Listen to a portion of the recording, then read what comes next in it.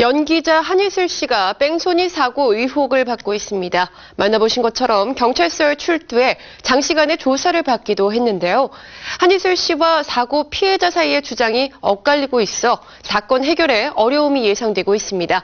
자세한 소식 스포츠 동아 윤여수 기자와 함께 알아보겠습니다. 안녕하세요. 네, 윤 기자님, 한예슬 씨가 지난 6일에 경찰서에 출두해서 무려 4시간여에 걸쳐 경찰 조사를 받았습니다. 이 과정에서 한예슬 씨가 피해자에게 사과를 했다, 이렇게 주장한 것으로 알려졌죠? 그렇습니다. 한예슬 씨는 지난 6일 오후 6시쯤에 이번 사건을 조사 중인 서울 강남경찰서에 출두했습니다. 네. 한예슬 씨는 지난 2일 아침에 서울 삼성동 자신의 아파트 주차장 앞에서 36살 도모 씨의 엉덩이를 자신의 승용차 사이드미러로 들이받는 사고를 냈습니다. 이후에 그 자리에서 적절한 조치를 취하지 않고 뺑소니를 한 혐의를 받고 있습니다. 6일 소속사 매니저들과 함께 미소를 잃지 않았지만 담담한 표정으로 경찰서에 들어선 한예슬 씨는 이날 경찰 조사에 앞서서 취재진과 만나서 자신의 입장을 밝혔습니다. 한예슬 씨는 사고 당시에 어떤 구호 조치를 취했느냐라는 질문에 답을 하기도 했는데요. 네. 이 부분이 사실 이번 사건의 핵심 부분이라고도 할 수가 있겠습니다. 한예슬 씨는 누구나 사고가 나면 무섭다. 그래도 그때도 아저씨, 즉 그 피해자 도 씨가 너무 무서웠다면서 자신이 차창을 내리고 죄송하다면서 사과를 했다, 이렇게 말을 했습니다. 이후에 한예슬 씨는 오후 6시부터 밤 10시까지 무려 4시간에 걸친 장시간 조사를 받았는데요.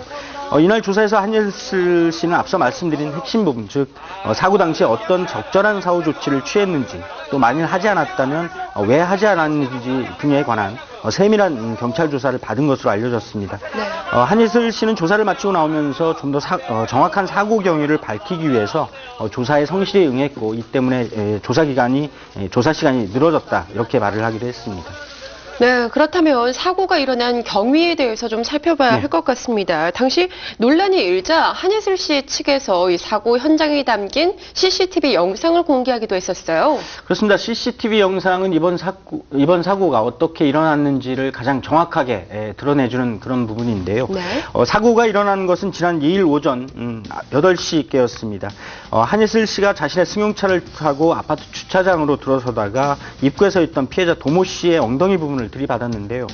도 씨는 놀란 듯 그 자리에 주저앉았고, 한예슬 씨 역시 그 자리에서 차를 세웠습니다. 이후에 도 씨가 자신의 몸이 불편한 듯이 그 허리를 부여잡고 한예슬 씨의 승용차 쪽으로 다가와서 승용차 안에 타고 있던 한예슬 씨를 확인하는 장면도 CCTV 영상에서 보이고 있습니다.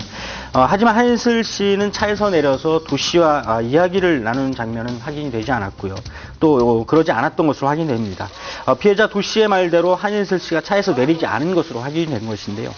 이 부분 역시 한예슬 씨도 인정을 하고 있는 부분입니다. 네. 이 같은 사고 경위와 관련해서 피해자 도 씨는 한예슬 씨가 사고 직후 사과도 하지 않았다면서 전치 2주의 진단서와 함께 한예슬 씨를 뺑소니 혐의로 경찰에 신고했습니다. 한예슬 씨가 사과를 했느냐 여부도 CCTV 영상만으로는 자세히 확인해 볼 수는 없는 상황인데요. 네. 가해자와 피해자, 그리고 주변 목격자의 진술 등을 토대로 해서 이 부분에 대해서도 경찰이 판단할 것으로 보입니다. 네, 이렇게 양측이 경찰서까지 가게 된 이유는 양측의 입장이 상당히 상반된 내용이 많기 때문이 아닌가 싶은데요. 어떤 부분이 엇갈리고 있는지 살펴보죠. 예, 우선 한예슬 씨는 그 사고 당시에 차에서 내리지 않은 채 어떤 조치를 취했느냐라는 쟁점에 휩싸여 있습니다. 네. 이 부분이 굉장히 이번 사건의 핵심적인 사항인데요. 이 부분은 교통사고 가해자인 한예슬 씨가 현장에서 사고 직후에 적절한 구호 조치를 했는지 여부를 가려서 뺑소니 혐의와 관련한 법적인 판단을 받아야 한다는 점에서 상당히 중요한 문제가 되고 있습니다. 이에 대해서 피해자 도 씨는 한예슬 씨가 아무런 조치도 취하지 않은 채 현장을 떠나버렸다, 이렇게 주장을 하고 있습니다. 반면 한예슬 씨는 경미한 사고라고 판단을 해서 네. 죄송하다는 사과를 하고 현장에서 벗어났다, 이렇게 주장을 하고 있습니다. 사과 여부와 관련해서도 양측의 주장이 엇갈리고 있는 셈인데요. 한예슬 씨는 경찰 조사에서 도 씨가 일어나는 것을 보고 창문을 열어 사과했다고 말한 반면 도 씨는 사과조차 하지 않았다, 이렇게 주장을 하고 있습니다. 네, 그런가 하면 피해자인 도 씨가 한예슬 씨와 또 소속사 측에 거액의 피해 보상금을 요구했다, 이런 주장이 제기되기도 했습니다. 그렇습니다. 합의를 해나가는 과정에서 이 때문에 합의가 원만하게 이루어지지 않아서 경찰서 행을 택했다, 이런 얘기들도 나오고 있는데요.